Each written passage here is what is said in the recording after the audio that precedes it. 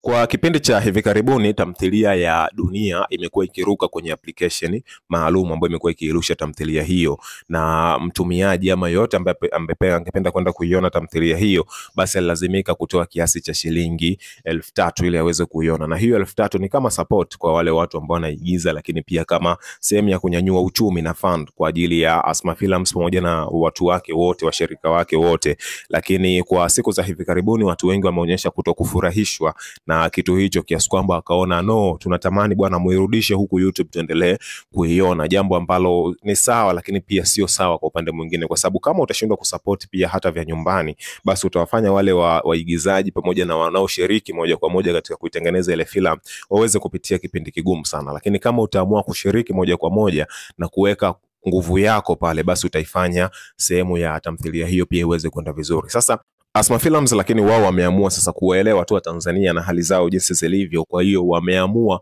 kuja kuifanya tamthilia ya Dunia kuanza kuonekana tena kwenye mtandao wa YouTube. Lakini kitu ambacho wamebainisha ni kwamba atakuwa akiangalia filamu hiyo kupitia YouTube, basi atakuwa na uwezo wa kuona matangazo mengi sana tofauti na mtu ambaye atakuwa akiitazama kwenye app, kwa sababu kwenye app kuna uwezekano asione tangazo hata moja, kaiona ikiwa clear kabisa. Lakini kwa ambaye atakuja YouTube, basi atakutana na matangazo kibao ambayo yatamfanya aweze kuona movie kwa vipande vipande, kisha matangazo yanakuja katikati, lakini ukienda kule kwenye app utaona tangazo lolote. Kwa hiyo wamesema tutawekea YouTube, lakini changamoto ambayo mtakutana nayo ndio hiyo, na hiyo wameamua kufanya kwa upendo kabisa, ili kila mtu ambaye anapenda kutizama filamu hiyo basi aweze kuipata kwa namna yoyote ambayo inakuwa ni rahisi zaidi kwa upande wake. Kwa hiyo hivyo ndivyo ambavyo itakuwa, na tamthilia hiyo sasa itakuwa ikipatikana pia kupitia Asma Films pia kama kawaida jinsi ambavyo ilikuwa hapo zamani. Kwa hiyo kwa wewe ambaye ulikuwa ukiipenda, basi endelea kufuatilia huko YouTube na utaendelea kuipata na utaendelea kuburudika